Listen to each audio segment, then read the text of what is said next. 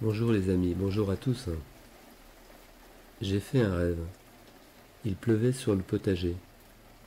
Une pluie bienfaisante, abondante. Mais ce n'était qu'un rêve. La réalité, c'est la sécheresse, une sécheresse permanente, omniprésente en 2022. Alors les plantes aussi, je crois, rêvent d'eau. Il suffit de tendre l'oreille. Alors vous l'aurez compris, dans cette vidéo, je vais vous parler d'eau, et en particulier d'économie d'eau.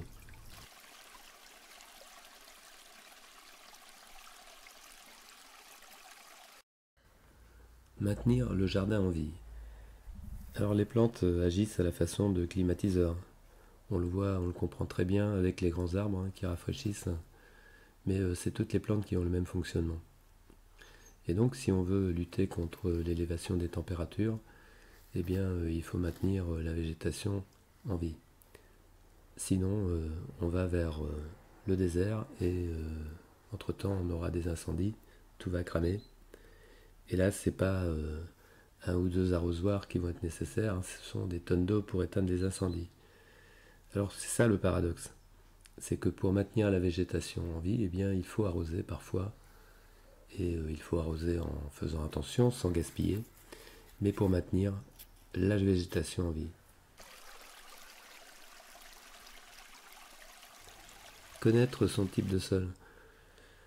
Alors vous connaissez le conseil qui est parfois donné de façon générale, un bon arrosage une fois tous les 8-10 jours, c'est nettement préférable à des petits arrosages répétés. Eh bien tout dépend du type de sol. Si vous avez un sol à dominante argileux, alors effectivement le conseil est approprié. Si par contre vous avez un sol à dominante sableuse, comme moi, eh bien si vous faites ça, vous allez perdre la moitié de l'eau qui va tout simplement partir vers les profondeurs. Il faut dans ce cas-là plutôt arroser plus souvent, mais avec des quantités moins importantes. Alors connaître son type de sol, si vous ne le connaissez pas, un test simple, c'est le test du bocal.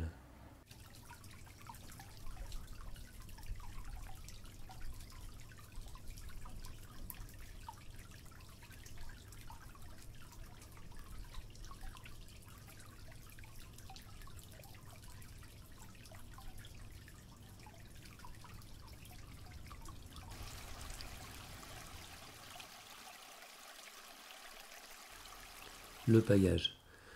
Le paillage est vraiment un élément très important pour économiser l'eau. Un sol paillé va se comporter très différemment d'un sol nu.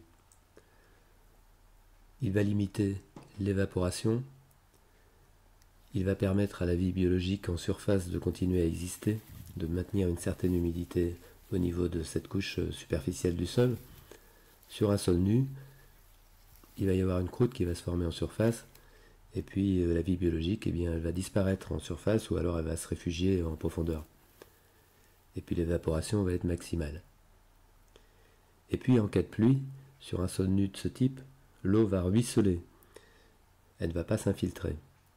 Alors qu'avec un sol paillé, il va y avoir une infiltration progressive. Alors on dit que le paillage, c'est un peu comme une éponge. En réalité, ce n'est pas tout à fait ça, parce qu'une éponge, lorsqu'elle est sèche, eh bien, l'eau ne s'infiltre pas directement non plus dedans. Il y a un peu de ruissellement. Alors qu'avec le paillage, eh bien, il n'y a pas cet effet éponge de départ, d'éponge sèche.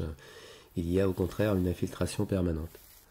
Le paillage est donc un élément essentiel pour économiser l'eau au potager.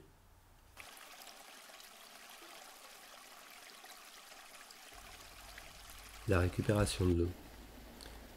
Alors en dehors de l'eau qui tombe du ciel, sur le jardin, sur le potager, il y a l'eau qui tombe sur les toitures, toute l'eau qu'on peut récupérer dans des récupérateurs.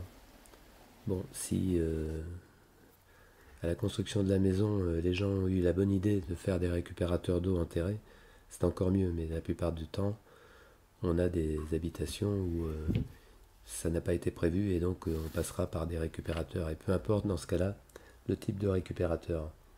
Dans mon cas, je récupère à peu près 1 mètre cube,5 d'eau à partir des toitures. Donc cette eau-là est une est une eau très précieuse parce que au printemps, en automne, sur des saisons normales, elle va suffire simplement pour l'arrosage du potager du jardin. Sur une année comme 2022, par contre là, c'est nettement insuffisant puisqu'en fait la première canicule a eu lieu en juin. L'idéal serait que les récupérateurs d'eau soient dimensionnés à la taille des toitures et au régime de pluviométrie locale. Mais dans tous les cas de figure, lorsque vous avez un bel orage en été, eh bien ça permet de récupérer une réserve d'eau et donc de faire de substantielles économies.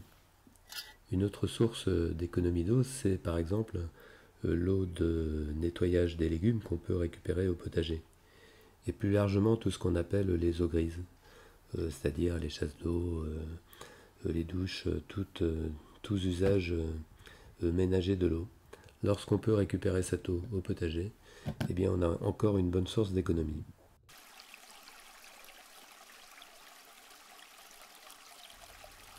L'arrosoir. Alors l'arrosoir, mine de rien, est un bon outil pour économiser l'eau. D'abord, lorsqu'on utilise un arrosoir, on sait la quantité d'eau qui est utilisée. Donc c'est assez facile à quantifier. Et bon, il y a différents types d'arrosoirs. Alors par contre, effectivement, c'est quand même assez fatigant d'arroser avec un arrosoir si on a un grand jardin en particulier. Du coup, c'est aussi une limite. On ne va pas s'amuser à arroser plus que nécessaire. Donc l'arrosoir, finalement, fait partie de la panoplie des outils qui permettent d'économiser l'eau.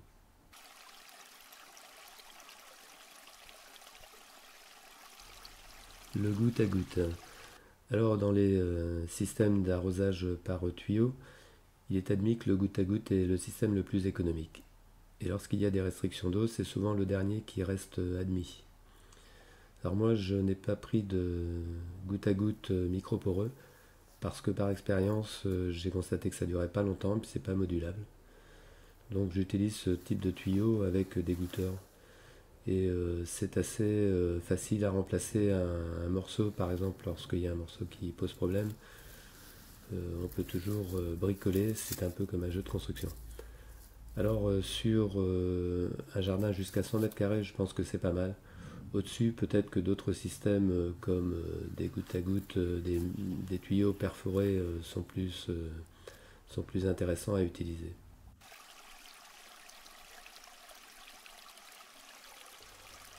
Le programmateur d'arrosage. Alors les gens pensent souvent au programmateur d'arrosage pour quand on part en vacances quelques jours pour programmer l'arrosage en dehors de la présence du jardinier. Mais en fait, moi je l'utilise y compris pour l'arrosage lorsque je suis présent, parce que c'est une façon d'économiser l'eau, puisqu'en fait on ne va pas oublier d'éteindre le goutte à goutte, ce qui arrive toujours. Et puis ça permet d'arroser très précisément sur une durée comme 10 minutes, un quart d'heure ou une demi-heure. Dans mon type d'arrosage, moi je ne vais pas plus sur des durées plus hautes. Il faut donc quand même vérifier que votre programmateur il permet justement d'arroser sur des durées relativement courtes, qu'il soit donc suffisamment complet. C'est donc un bon outil pour économiser l'eau, que ce soit celle du réseau ou celle de vos cuves de récupération d'eau.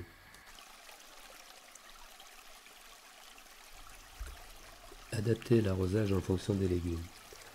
Alors j'ai dans mon cas une nourrice d'eau là qui me permet d'avoir deux circuits de goutte à goutte indépendants. Et puis sur chaque circuit j'ai également des vannes qui me permettent, donc soit elles sont ouvertes, soit elles sont fermées.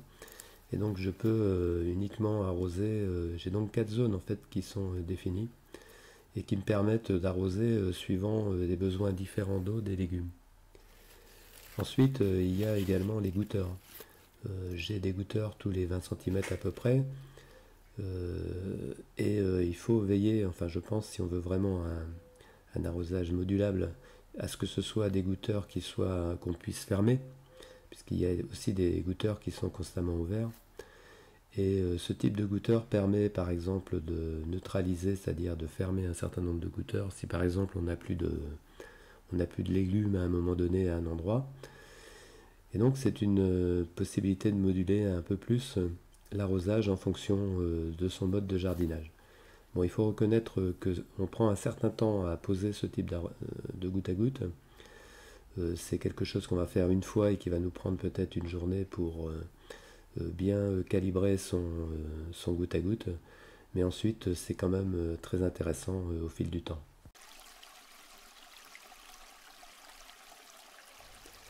Les Zoya. Alors les Zoya, c'est un système de goutte à goutte optimisé. Optimisé parce que lorsque par exemple la terre est humide, eh bien l'eau va rester dans l'Oya. L'eau de l'Oya ne va pas servir. Elle servira simplement si l'équilibre est rompu et si la sécheresse se gagne autour de l'Oya. C'est vraiment donc un système traditionnel très très intéressant. Alors les Oyas sont quand même très chers, hein. Bon, si on a les moyens, on peut se permettre. Autrement, on peut aussi bricoler des Oyas. Je vous mets en description de la vidéo une vidéo que j'ai faite sur la manière dont j'ai bricolé les miens, que j'utilise essentiellement dans les pots et dans des bacs. Alors je crois que pour tout ce qui est culture hors sol, les Oyas sont vraiment très intéressants. Donc pots, bacs, mais aussi par exemple les serres. Ensuite, on peut en mettre aussi près de plantes qui ont vraiment un besoin constant d'eau. Et puis, dans le potager, moi je pense qu'on pourrait effectivement en mettre auprès des concombres, des courgettes, voire des tomates. Maintenant, j'ai une petite réserve par rapport au potager, parce qu'en fait, si on fait ça, on crée une assistance permanente à nos légumes, et donc ils ne vont pas par eux-mêmes essayer d'aller utiliser toutes les subtilités du système sol. Le non-travail du sol. Alors le non-travail du sol, c'est certainement un des points essentiels pour économiser l'eau. Alors c'est dû à quoi? C'est dû au fait qu'un sol non travaillé va avoir une structure permanente qui va permettre de mobiliser au mieux la réserve utile d'eau du sol. Il faut pour ça qu'il y ait une activité biologique très importante dans le sol. On pense tout de suite aux vers de terre qui, en particulier les anéciques, qui font des galeries verticales, qui vont permettre aux légumes d'aller explorer ces galeries pour trouver de l'eau et des nutriments. On pense aussi aux mycorhizes qui vont s'installer et permettre des échanges de services entre champignons et plantes, et en particulier au niveau de l'eau. On a donc là, quand on a un système bien structuré, un avantage indéniable. Et si par contre on travaille le sol même à la grelinette, eh bien on va détruire constamment toute cette structure du sol, et donc on va avoir un désavantage par rapport aux économies d'eau qu'on peut réaliser avec ce mode de travail du sol, ou de non-travail du sol plutôt. Alors je ne vais pas non plus quantifier précisément, mais si vous voulez plus d'informations sur le sujet, il y a des chaînes qui ont très bien documenté ça, comme Vers de Terre Production.